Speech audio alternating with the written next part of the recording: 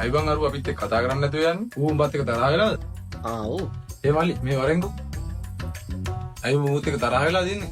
ඔව් අය මුගේ හෙන ලොකු ලයින්නේ. මුගේ හෙන ඔල්ලු අර පේරවනේ උගේ ඔල්ලු. ඒ මොකෝ? මූ දවසක් අපේ ගෙදර ආවා. හරිද? ආපු දවසේ මුගේ ෆෝන් එක අපේ ගෙදර දාලා ගිහින්.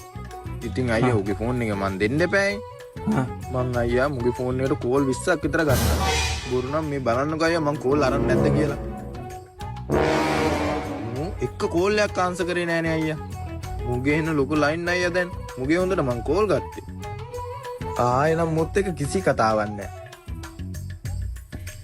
උඹව ගණන් ගන්න එපා මල්ලි. ඌට පිස්සුද කොහෙද? ඔව් මම ඒක දන්නවා. ඒ ඉද්දිය වෙලේ ෆෝන් එක සයිලන්ට් එකේ තිබ්බේ. ඒ වෙලේ ෆෝන් එක සයිලන්ට් එකේ නැත්තම් මං ආන්සර් කරනවනේ අයියා. ඈ? සයිලන්ට් මෝඩ් එකේ නැත්තම් ඔබ ආන්සර් කරනවා. ඌට පිස්සු. දෙන්නට පිස්සු. බාහන්කෝ මගේ අතර දීපු ෆෝන් එකත් ඌට අමතක වෙලා ගිහිල්ලානේ. පොඩ්ඩක් හිටාන්. කාටද අයියා කෝල් ගන්නෙ? ඌට තමා උගේ ෆෝන් එකත් මංගාවනේ දෙන්න එපයි. මුන් ඔක්කොම පිස්සු බා.